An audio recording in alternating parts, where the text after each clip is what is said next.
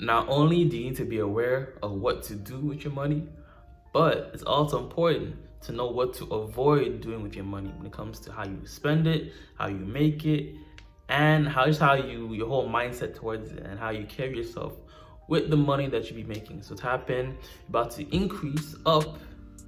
raise your financial literacy. So tap in.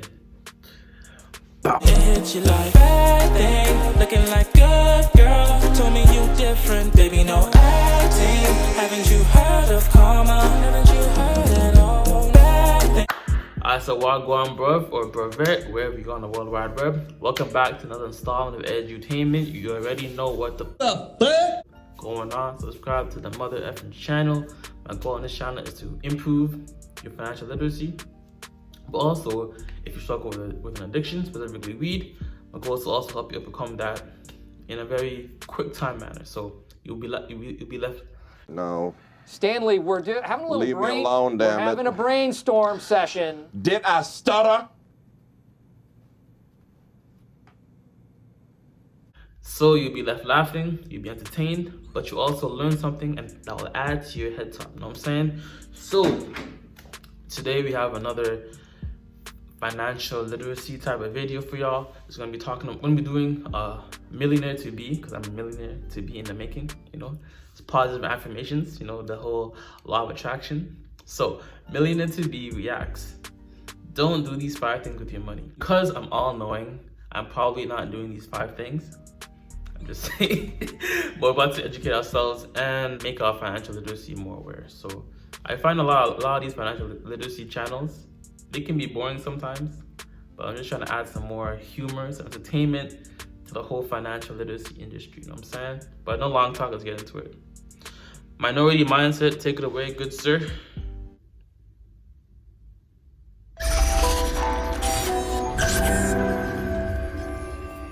What's up everybody, I am Jaspreet Singh and welcome to the Minority Mindset. What's the best day of the week? Friday? No. Saturday?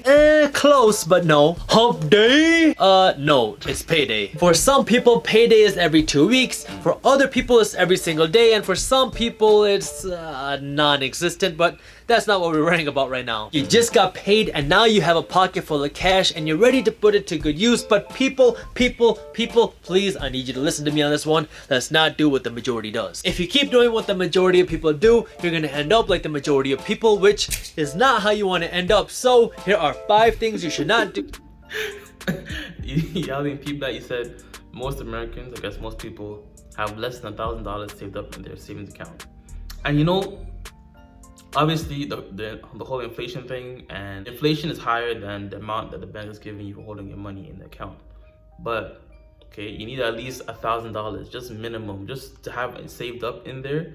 You already say, as long as you're aware of the fact that you still need to invest at some point, it's still important to have at least $1,000, maybe a couple $1,000. At least that will cover expenses for the next 3 to 6 months, just so that you don't have to stress at night about in case an emergency comes up, right? I hear a lot of people like they be bashing or they be talking down about like having a savings account or having money in your savings account.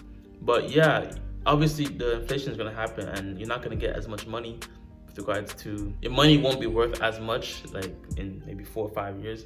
But it's still important to have something in the bank account just to protect you from Murphy's Law, you know, anything that can go wrong will go wrong. So if your car breaks down, you have an extra amount of money in the bank account. And on top of that, you should not be investing if you still have a decent amount of debt.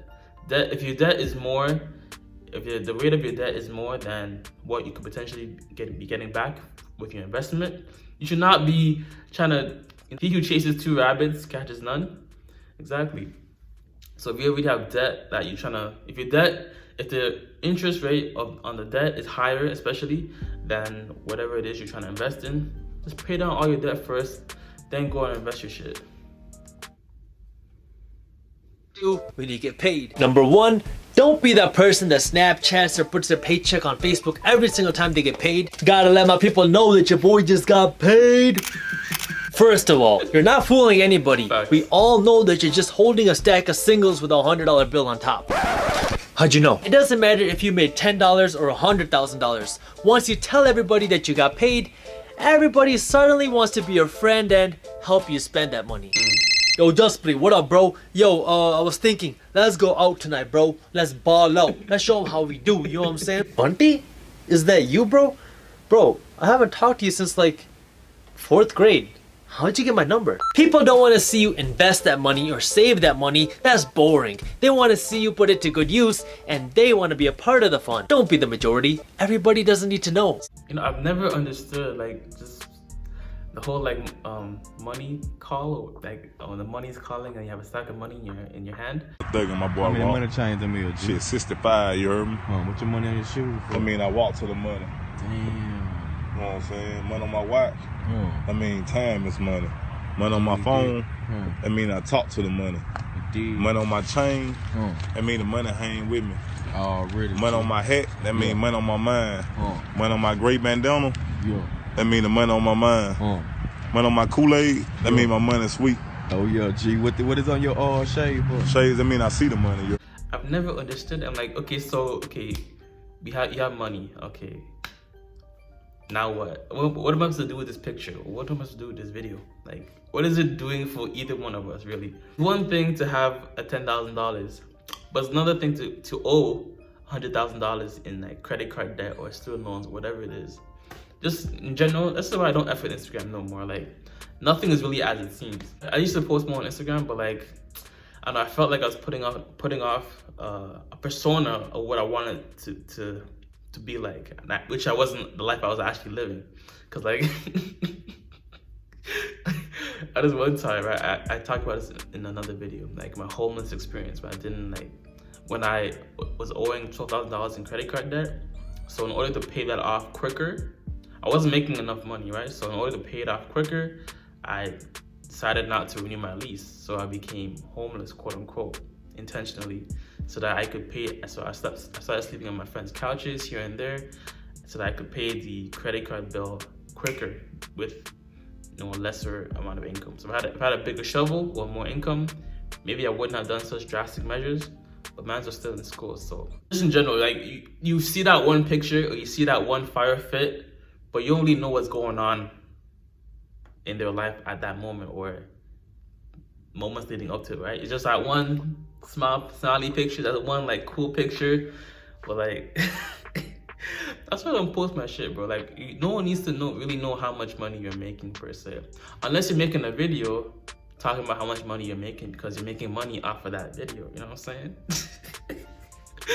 Let's go. Second, you just made $3,000 and you're thinking, how can I turn my $3,000 into $30,000? Now I like the way you're thinking. Let me look at what some really successful people have done and I'll replicate that. Yeah, that's what I'm talking about.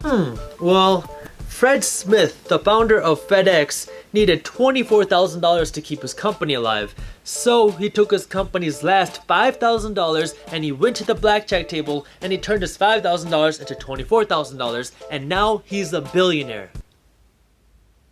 I'm going to the casino. Out of all the people you could have chosen, you had to look at that one story. Okay, well this is one of the few times I'm gonna tell you to do the opposite of what turned a nearly bankrupt company into a very profitable company. And this includes the lottery too. Betting your money in the lottery is like taking your money and throwing it in the garbage and then rubbing it 3 times hoping the Cookie Monster comes out and hands you $1 million. Come on, Cookie Monster, come out. Don't be shy. Do you understand that you have a 1 in 175 million chance in winning the lottery? If you walked into 175 million restaurants and said that you're Donald Trump and asked for free food, I bet you get at least 2 free meals. You're better off trying that. But let me give you an even better option. How about taking your money and investing it in seeds or things that make you more money? I wrote an ebook on investing and you can read it for free on my website by clicking the link up here or by clicking the link in the caption below. Sounds cool, but I'll stick to blackjack. Third, stop spending. Thing with investing, right, is like going to the casino is not an investment. Gambling is not an investment. That's just like throwaway money. Anytime you go gambling, anytime you go to the casino, just assume that it's spending money that you are not gonna get back. Even if you make money, right, and then you want to go back again, use that same money. Don't add any of your own other money to that situation. So let's say you go into the casino or you're gonna gamble, $500 is your spending limit. Just put that $500 towards it and assume that you're not gonna make it back. And even if you do make money, right, let's say you make, let's say, another 200 and you wanna go again, just assume that you've lost that money. If you have that mindset that that money's lost, you won't have any like attachment to the money. After that, you're better off putting your money in a Roth IRA, doing Webull or Robinhood, and playing the long tail game when it comes to investing rather than the instant gratification shit.